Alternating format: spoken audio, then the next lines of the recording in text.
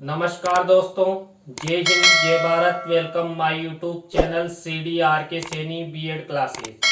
हम अध्ययन कर रहे हैं जेंडर, विद्यालय और समाज। इस पेपर के अंतर्गत आज की लाइव क्लास में हम हिंसा को दूर करने हेतु विद्यालय रणनीतियां की जो हिंसा होती है, इस हिंसा को विद्यालय के माध्यम से कैसे दूर किया जा सकता है, विद्यालय प्रशासन को ऐसी कौन कौन सी रणनीतियां बनानी चाहिए जिसके माध्यम से जो आने वाली पीढ़ी है, जो वर्तमान में शिक्षण कर रहे छात्र छात्रा है, उनमें किसी भी प्रकार की हिंसा न हो, उनके साथ हिंसा ना हो और वो हिंसा से किस प्रकार बच सके, इन सब के बारे में हम चर्चा करेंगे।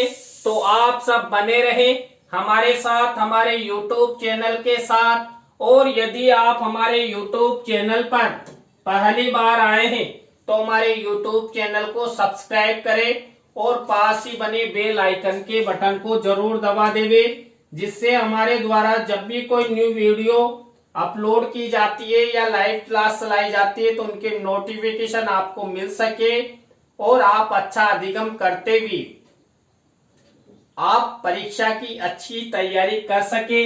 देखिए, हिंसा को दूर करने हेतु जो विद्यालय रणनीतियां हैं, उसमें पहला उपाय है, पहली रणनीति है विद्यालयों में सुरक्षात्मक वातावरण निर्माण करने हेतु चार दीवारी का निर्माण।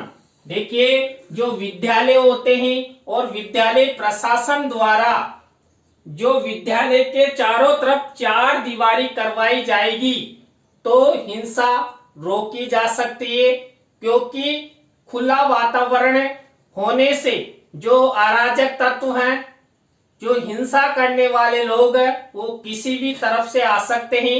इसलिए विद्यालय के चारों तरफ चार दीवारी करवानी चाहिए, जिससे विद्यालय का वातावरण सुरक्षात्मक हो सके। इसके बाद दूसरा उपाय या रणनीति है विद्यालयों में बालिकाओं की समस्याओं के समाधान हेतु महिला शिक्षिकाओं की नियुक्ति।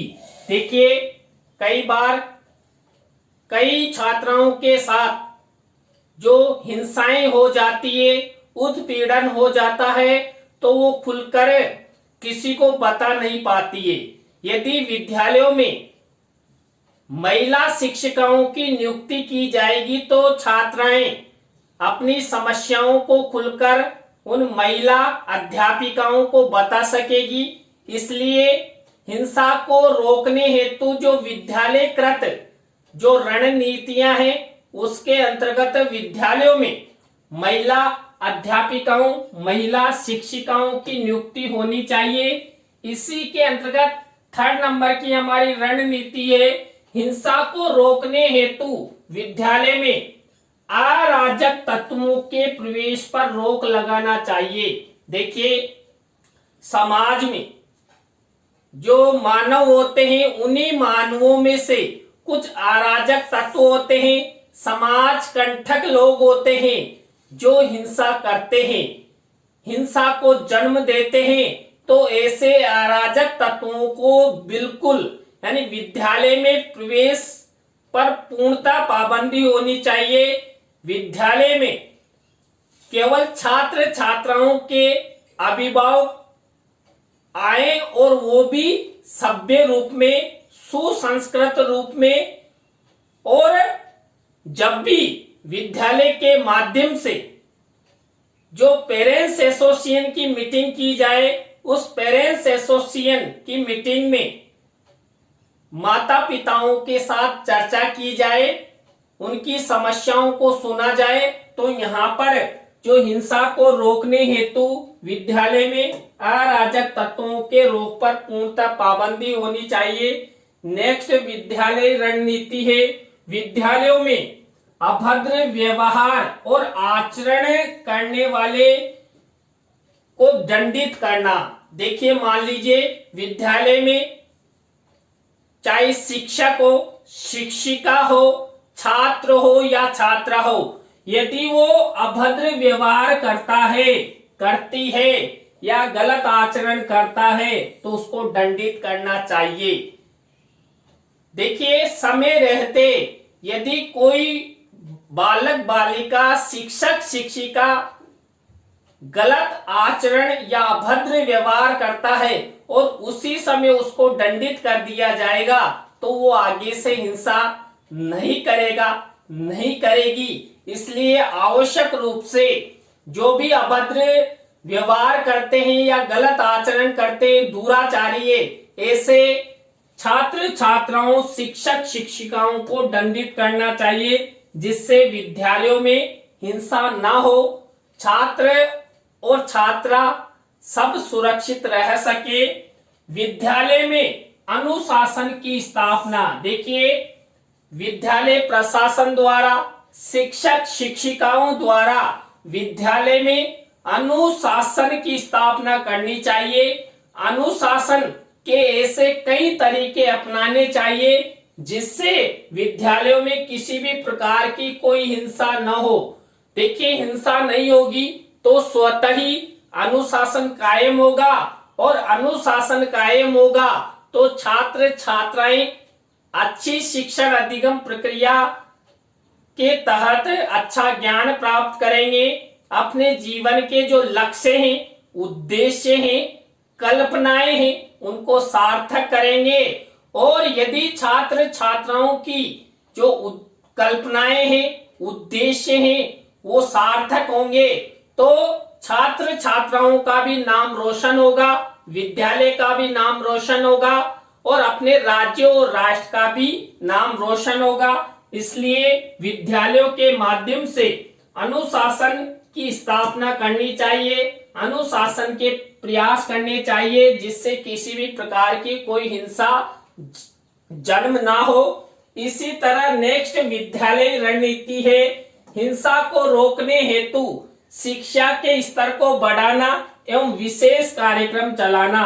देखिए, विद्यालयों में हिंसा न हो, इस हेतु समय समय पर जो विद्यालय प्रशासन है, शिक्षक शिक्षिका है, उनके द्वारा शिक्षा का स्तर बढ़ाना चाहिए। यानी कि जो शिक्षण अधिगम प्रक्रिया है, इस शिक्षण अधिगम प्रक्रिया में जो सैद्धांतिक और प्रायोगिक कार्य संपादित किए जाते हैं, इन सैद्धांतिक और प्रायोगिक कार्यों में हिंसा से बचने के उपाय, कई प्रकार की गतिविधियां विद्यालय में करवाई जानी चाहिए, जिससे छात्र छात्रा जागरूक हो सके, उन्हें पता लग सके कि हिंसा क्या होती है, हिंसा से किस प्रकार बचा जा सकता है।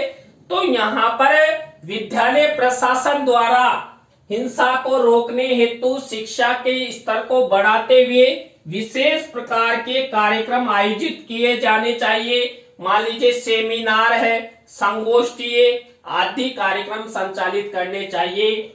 इसी तरह नेक्स्ट विद्यालयकृत रणनीति है विद्यालयों में छात्र छात्राओं की निजी समस्याओं पर शिक्षकों द्वारा ध्यान देना एवं समस्या समाधान करना। देखिए, कई बार क्या होता है कि छात्र छात्राओं से संबंधित अनेक प्रकार की समस्याएं होती है, वो खुलकर अपनी समस्याओं को नहीं बता पाते हैं, वो हिंसाओं का शिकार हो जाते हैं, चाहे अपने परिवार में हो या आस पड़ोस में हो। लेकिन विद्यालय में जब छात्र छात्रा पढ़ने के लिए जाए तो विद्यालय के जो शिक्षक शिक्षिका हैं, उनको मनोवैज्ञानिक तरीके से छात्र छात्राओं की समस्याओं को सुनना चाहिए, समझना चाहिए और उनके निदान के उपाय करना चाहिए, जिससे छात्र छात्राएं किसी भी प्रकार के तनाव में ना रहे, दबाव में नहीं रहे और उनके साथ किसी भी प्रकार की कोई हिंसा न हो, हिंसा का डर उनके मन में ना रहे। तो यहाँ पर जो शिक्षक शिक्षिका है उनके द्वारा छात्र छात्राओं की समस्या सुनते हुए उनका निदान करना चाहिए। इसके बाद नेक्स्ट हिंसा को दूर करने हेतु विद्यालय रणनीति है विद्यालय में उच्च आदर्शों की स्थापना की जाए। देखिए, विद्यालय का वातावरण ऐसा हो कि विद्यालय में उच्च आदर्श स्थापित हो सके, विद्यालय का नाम दूर दूर तक पहचाना जाए, विद्यालय व्यवस्थाओं से लेकर विद्यालय की जो क्रियान्विति है, शिक्षण है, उन सब के बारे में विद्यालय को जाना जाए और विद्यालय में उच्च आदर्श स्थापित किए जाएंगे, जैसे अनुशासन है, चरित्रता संबंधी है, नियमों की अनुपालना संबंधी है, शिक्षा प्राप्ति और मूल्यांकन संबंधी जो भी प्रक्रियाएं विद्यालय में संचालित की जाती है, उन सब क्रियाओं में उच्च आदर्श स्थापित होने चाहिए। शिक्षक शिक्षिकाओं का व्यक्तित्व सादा जीवन उच्च विचार वाला होना चाहिए। शिक्षक शिक्षिका हमेशा छात्रों के प्रति अच्छी कर्तव्य निष्ठता की पालना करते हुए उनके शिक्षण हेतु हमेशा तैयार रहे, उनकी समस्याओं को सुनने समझने के साथ साथ उनके निदान में भी तत्पर रहें, तो विद्यालय में उच्च आदर्श की स्थापना की जा सकती है। इसी के तहत नेक्स्ट रणनीति है विद्यालयों में पाठ्यक्रम एवं पाठ्य सहगामी क्रियाओं के माध्यम से हिंसा को दूर करने के उपाय बताना एवं जागरूक करना। देखिए, विद्यालयों के माध्यम से छात्रों हेतु पाठ्यक्रम और पाठ्य सहगामी क्रियाओं का आयोजन किया जाता है। तो इन पाठ्यक्रम और पाठ्य सहगामी क्रियाओं में ऐसी गतिविधियां, ऐसे कार्यक्रम आयोजित किए जाने चाहिए जिससे छात्र छात्राओं को मालूम हो सके कि हिंसाएं क्या है, हिंसाएं कितने प्रकार की होती है, हिंसाओं से हम किस प्रकार सुरक्षित रह सकते हैं, हमें कौन कौन से उपाय करने चाहिए, किस तरह विद्यालय से घर पर जाना है, किस तरह घर से विद्यालय आना है, बीच रास्ते में मिलने वाले व्यक्तियों के साथ हमें कैसा व्यवहार करना चाहिए। तो इन सब के बारे में पाठ्यक्रम और पाठ्य सहगामी क्रियाओं के माध्यम से छात्र छात्राओं को जागरूक करना चाहिए, समझ विकसित करनी चाहिए, जिससे हमारे समाज में किसी भी तरह की कोई हिंसा न हो। देखिए, छात्र छात्रा ही जब बड़े हो जाते हैं और समाज में वो अपना जीवन व्यतीत करते हैं, तो सामाजिक गतिविधियों के तहत कई बार ऐसी परिस्थितियां आ जाती है कि वो कई प्रकार की हिंसाएं कर देते हैं। तो ऐसी हिंसाओं को बचने हेतु भी उन्हें जागरूक करना चाहिए। अधिक से अधिक छात्र छात्राओं का सहयोग करके उन्हें समझाना चाहिए। विद्यालय के माध्यम से गलत आचरण करने वाले बालकों के साथ, विद्यालय के माध्यम से गलत आचरण करने वाले बालकों के संबंध में तुरंत अभिभावकों को सूचित करना चाहिए।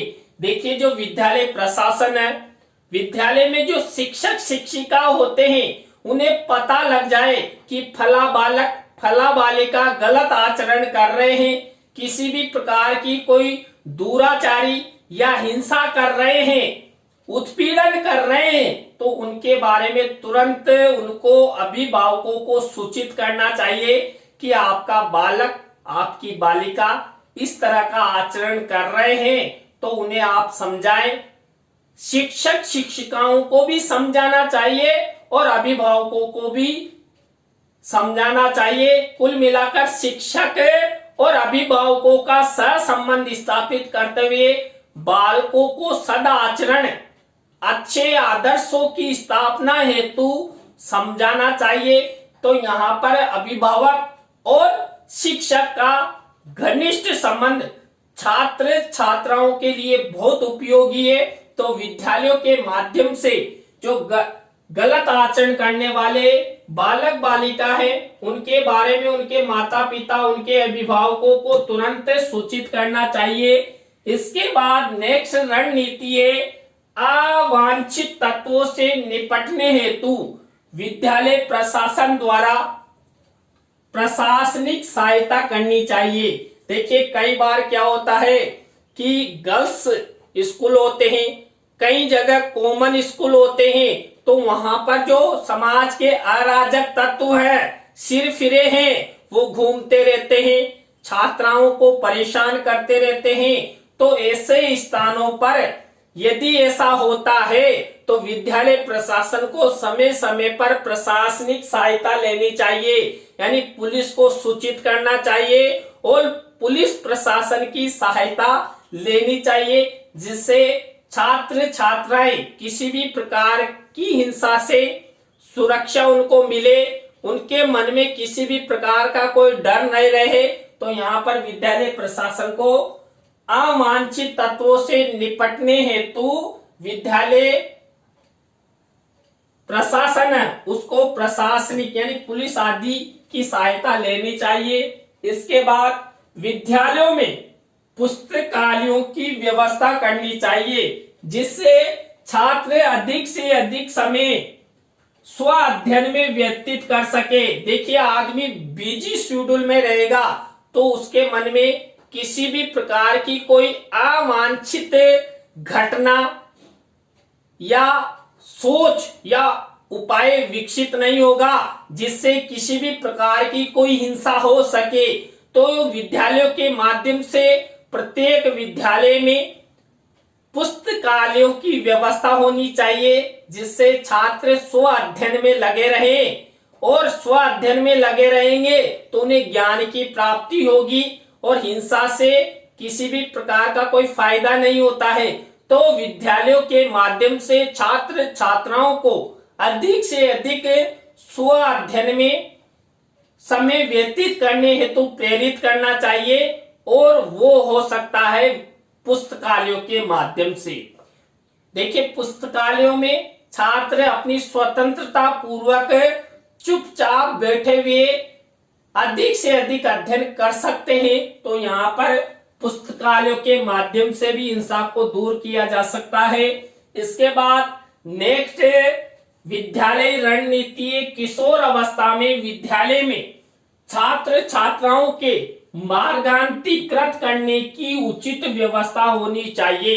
देखिए जब छात्र किशोर अवस्था की उम्र में आते हैं तो कई प्रकार की हिंसाएं, कई प्रकार की अभद्र व्यवहार, कई प्रकार के कार्य ऐसे कर देते हैं जो समाज के लिए शोभनीय नहीं होते हैं। तो ऐसे समय में विद्यालय प्रशासन, शिक्षक शिक्षिकाओं द्वारा जो किशोर अवस्था में प्रवेशित छात्र छात्रा है उन्हें जागरूक करना चाहिए, उन्हें अधिक से अधिक समझाना चाहिए, उन्हें अधिक से अधिक ज्ञानवर्धक गतिविधियों में संलग्न करते रहना चाहिए, जिससे वो किसी भी प्रकार की कोई ऐसा कार्य नहीं करे जो उनके लिए अशोभनीय हो, विद्यालय के लिए अशोभनीय हो, हमारे राज्य और राष्ट्र के लिए अशोभनीय हो।